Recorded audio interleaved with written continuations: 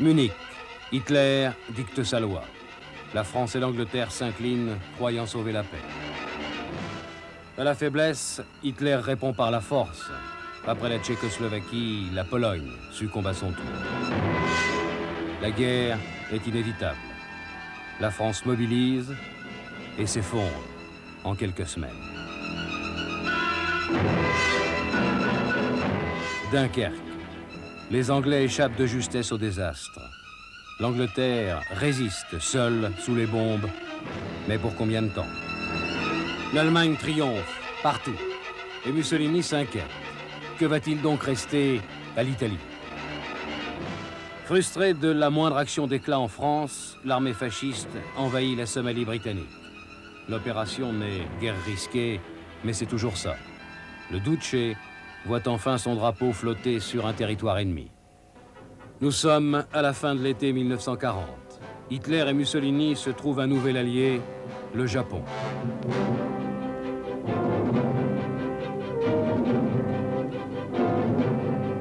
Que vient donc faire Hirohito, empereur d'une civilisation millénaire, avec ses deux parvenus de la politique?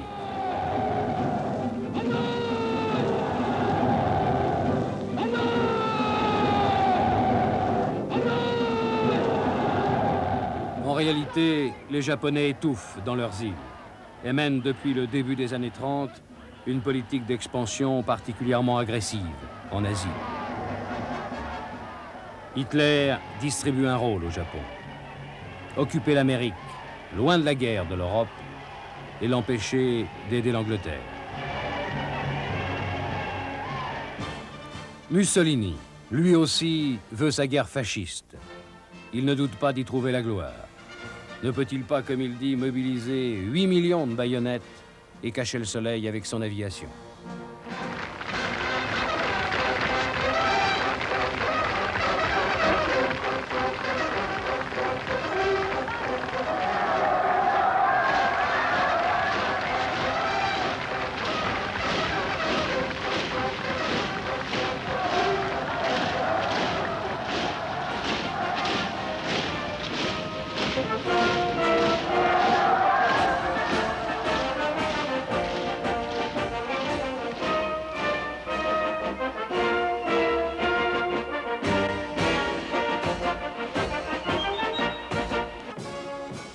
Hitler, fureur de l'Europe, c'est déjà chose faite, ou presque.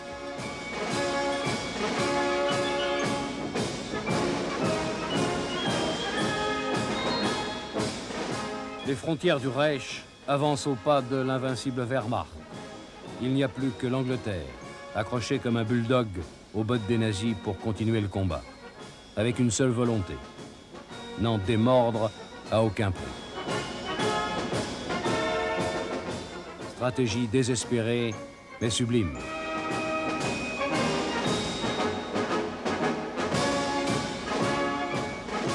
Pour vaincre ces têtus d'Anglais, Hitler, plutôt que de risquer un débarquement, choisit de les asphyxier. C'est le pacte tripartite. Allemagne, Italie, Japon, qui est signé à Berlin le 27 septembre 1940. Cette fois, les dés du malheur sont jetés. La guerre sera mondiale.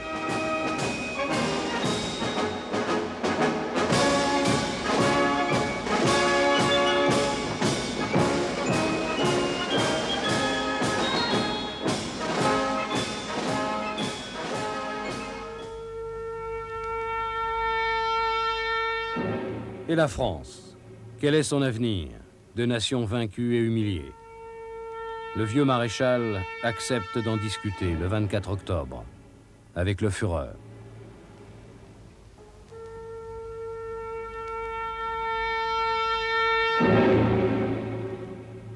Pétain refuse l'alliance qu'Hitler lui propose, mais cette sinistre poignée de main de Montoire égare encore un peu plus le pays.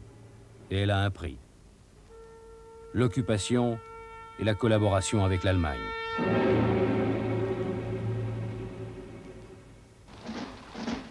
Reste la Russie. Pour lui régler son compte, Hitler a besoin des Balkans. de la Hongrie et du pétrole roumain. Des bases navales bulgares sur la mer Noire quand sonnera l'heure d'en finir avec les roues. La conquête des Balkans n'est pas très difficile.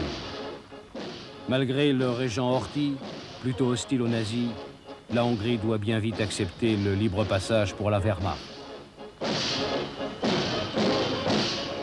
En Roumanie, le jeune roi Michel doit laisser le pouvoir au dictateur Antonescu, qui devient le Führer local. Quant à la Bulgarie, Hitler menace et obtient son adhésion au pacte tripartite. La Grèce, c'est pour Mussolini et son rêve impérial. Sans rien dire à Hitler, les Italiens attaquent les Grecs à partir du territoire albanais qu'ils occupent depuis 1939. La campagne est un désastre. Ce sont les Grecs qui raccompagnent les Italiens jusqu'en territoire albanais. La colère du Duce est à la dimension du personnage. C'est donc Hitler qui va devoir se charger de la Grèce, à sa manière.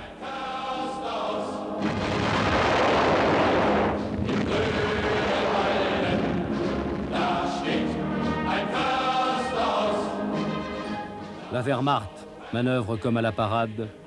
10 jours plus tard, l'armée yougoslave capitule. Les Grecs sont balayés à leur tour. Avant que le mois d'avril ne s'achève, les Allemands sont à Athènes. Pour l'Angleterre, la première bonne nouvelle de cette année 1940 arrive portée par les vents du désert. Et c'est encore Mussolini qui va en faire les frais. Les Anglais sont en Égypte. Le Duce ordonne à son armée de bouter l'Anglais hors d'Afrique orientale. La partie semble jouable. Les Anglais sont à 1 contre 10.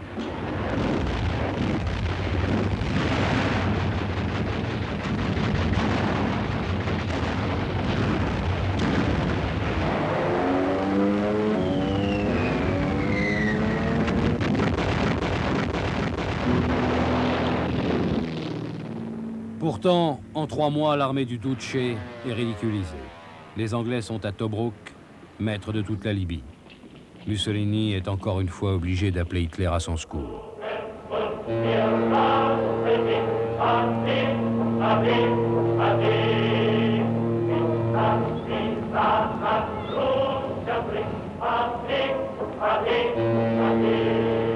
Une division blindée allemande s'embarque pour Tripoli. À sa tête, un jeune général qui s'est illustré pendant la bataille de France, Erwin Rommel.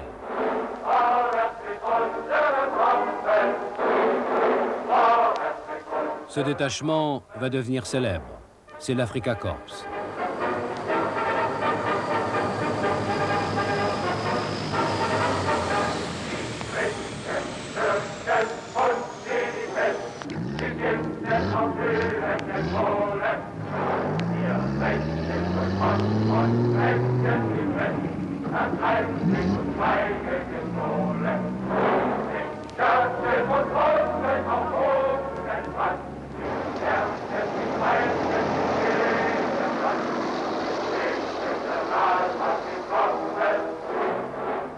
Rommel n'attend même pas d'avoir reçu tous ses chars pour partir à la reconquête de la Libye. L'offensive allemande est irrésistible.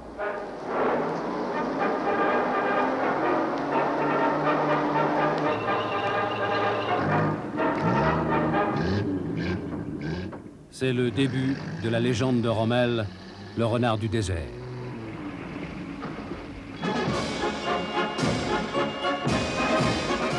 Pour Hitler, partout victorieux, le moment est venu de retrouver Mein Kampf, en finir avec le bolchevisme. Le 22 juin 1941, l'armée allemande envahit la Russie soviétique. C'est l'opération Barbarossa, Barberousse, hommage des nazis aux chevaliers teutoniques. Au cours des premières semaines, la Wehrmacht avance, victorieusement, sur un front de plus de 3000 km.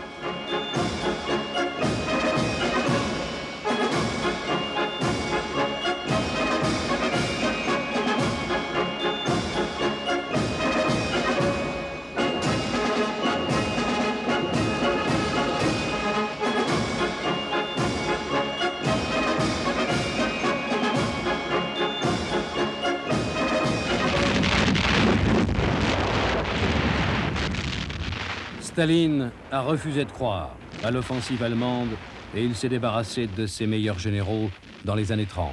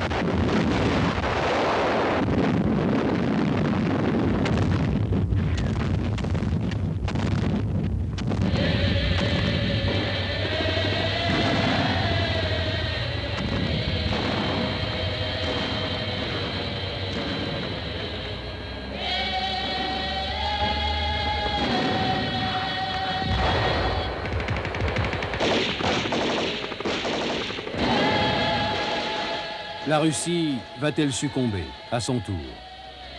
Staline en appelle à la Russie éternelle, qui n'hésite pas à mettre le feu à ses maisons pour ne rien laisser à l'envahisseur.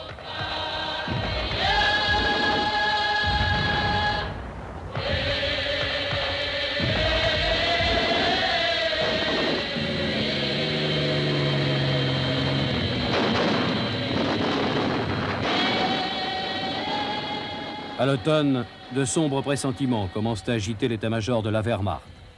Comme Napoléon en 1812, les fantassins allemands ne trouvent souvent devant eux que ruines et espaces désertés.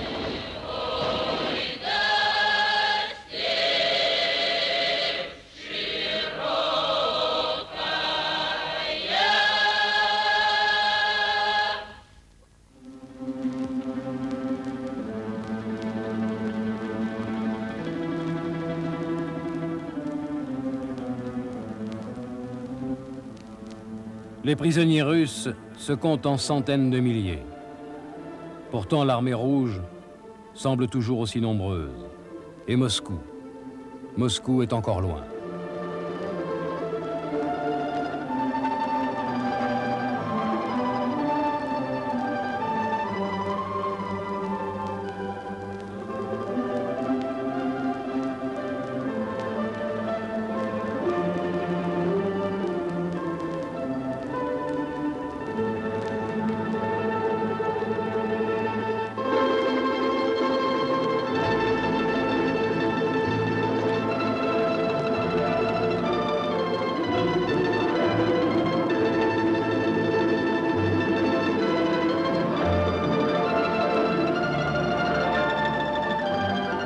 En vérité, l'espace russe, l'immensité de ce front qui s'élargit à mesure que l'on avance, est en train d'épuiser l'armée allemande.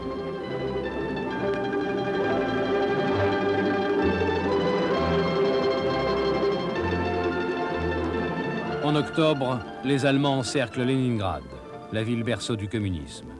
Hitler est persuadé qu'elle va capituler avant l'hiver. Erreur. L'hiver est là, le plus terrible sans doute de mémoire de soviétiques. Mais la ville ne se rend pas, malgré les pires souffrances.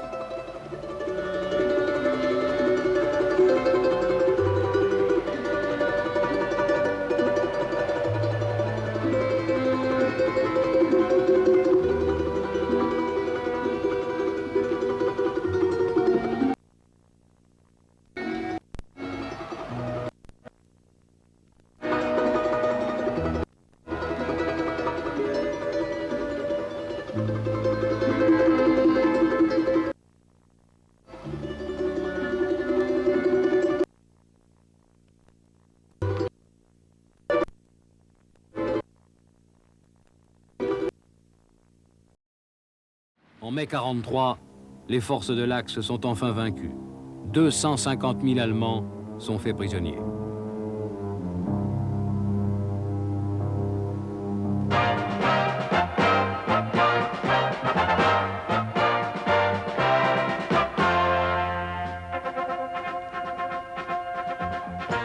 Le 8 mai, les Alliés entrent enfin à Tunis et à Bizerte.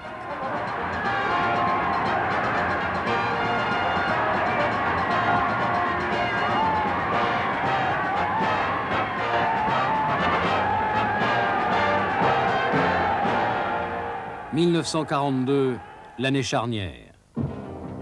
Le cœur du Reich est encore intact et il bat toujours pour son Führer.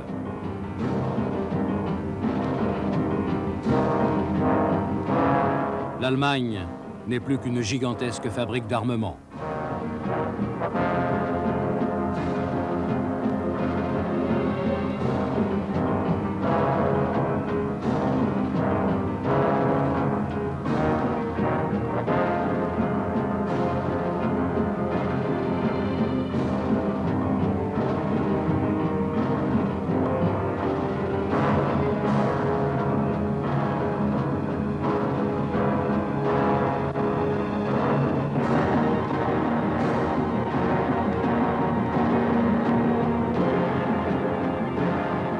Le pays manque de bras, les nazis mettent toute l'Europe à contribution.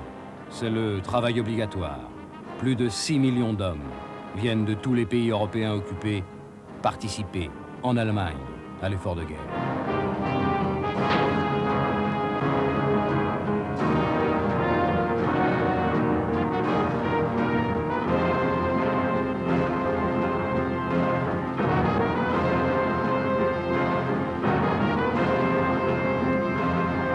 L'Allemagne, comme devenue folle, vit, meurt, ne travaille plus que pour la guerre.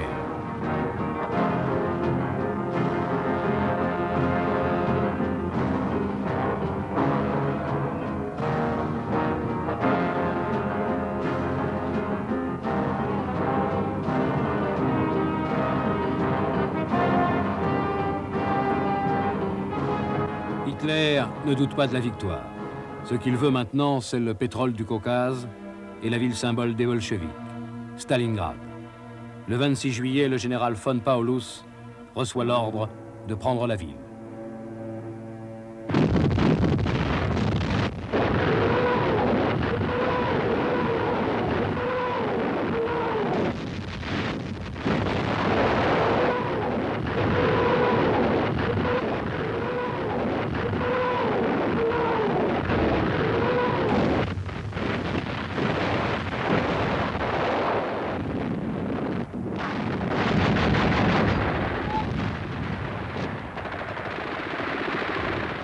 La Wehrmacht épuisée arrive en octobre, dans les faubourgs de la ville.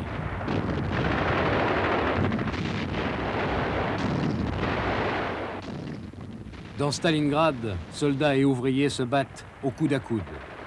Staline a envoyé sur place un commissaire politique qui s'appelle Nikita Khrouchtchev. En aucun cas, Stalingrad ne devra capituler.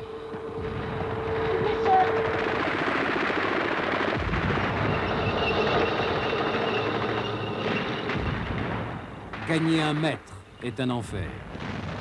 Les Russes défendent leur ville, maison par maison.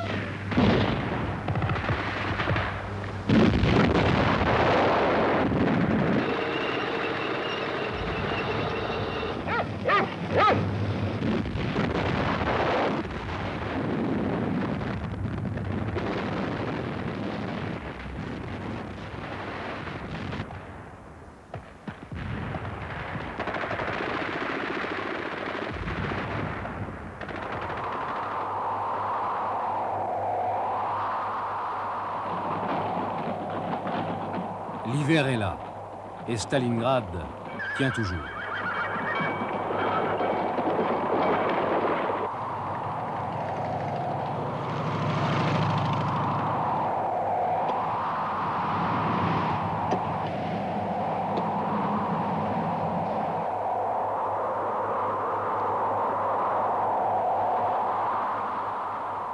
Les Allemands s'inquiètent.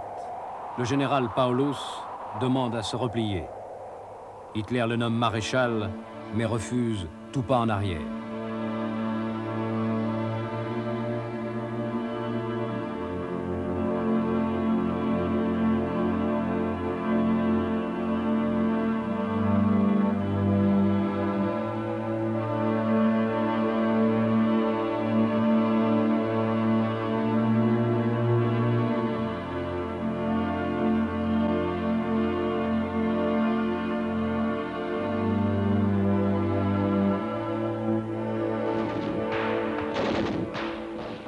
Hitler ne veut pas voir l'évidence. Son armée est isolée, loin, trop loin en avant.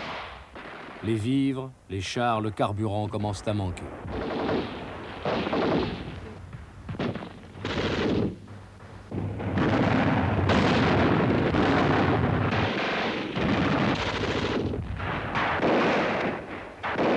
Avec le gel, Staline juge que le moment est venu de contre-attaquer.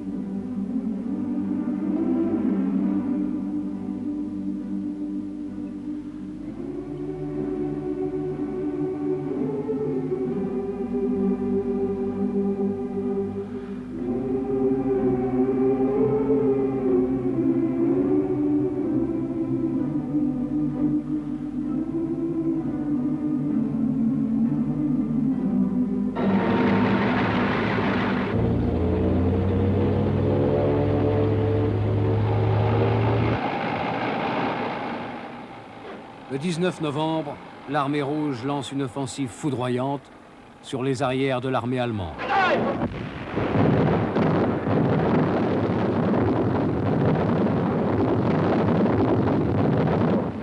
7000 pièces d'artillerie tirent sur les positions de l'ennemi.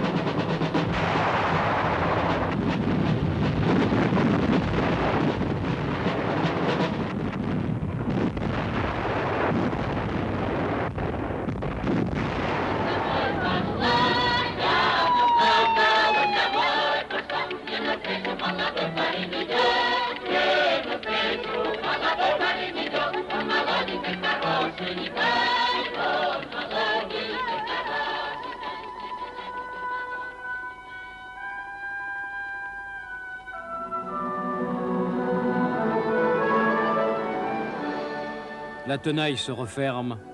La 6e armée du maréchal von Paulus est prise au piège.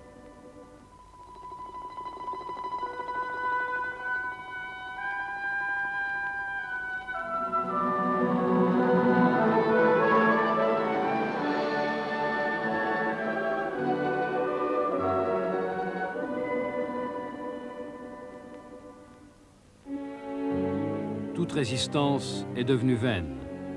En quelques semaines, il n'y a plus ni cartouches, ni pain.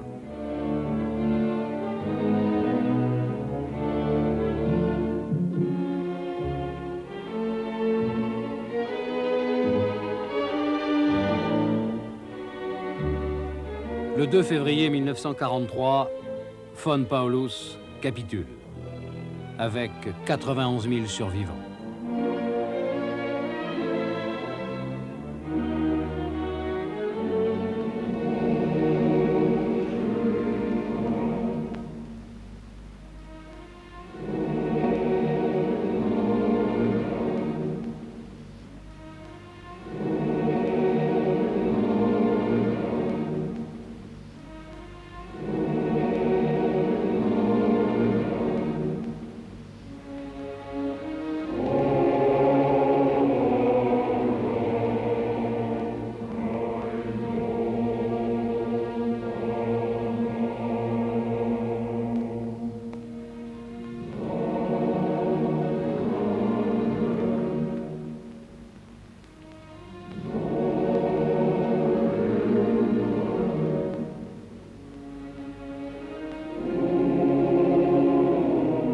Dans les ruines de Stalingrad, pour la première fois, l'armée allemande a perdu.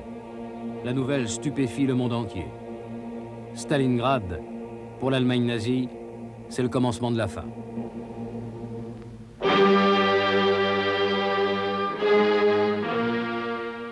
Pour en finir vraiment avec l'Allemagne, les Alliés savent qu'il leur faudra, un jour, reprendre pied quelque part en Europe. Mais pour cela, il leur faut d'abord gagner dans l'Atlantique.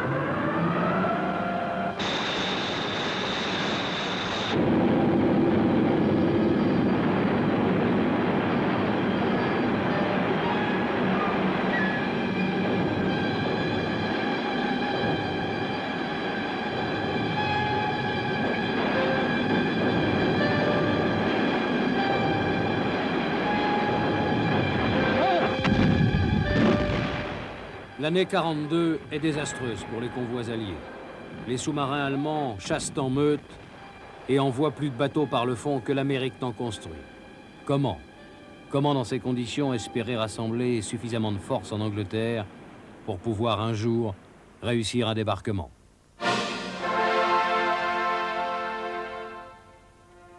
Progressivement, les Alliés vont reprendre la maîtrise de la mer. En 1943, l'Allemagne perd brutalement plus de 200 sous-marins.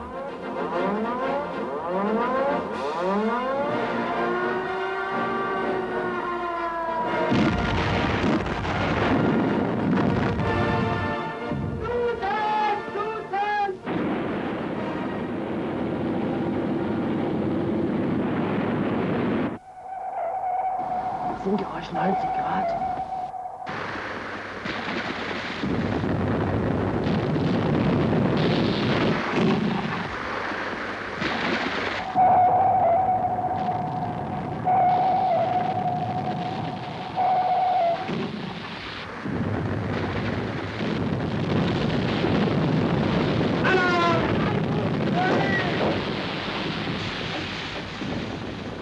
La route est libre. L'Angleterre peut maintenant accueillir l'armée de la reconquête.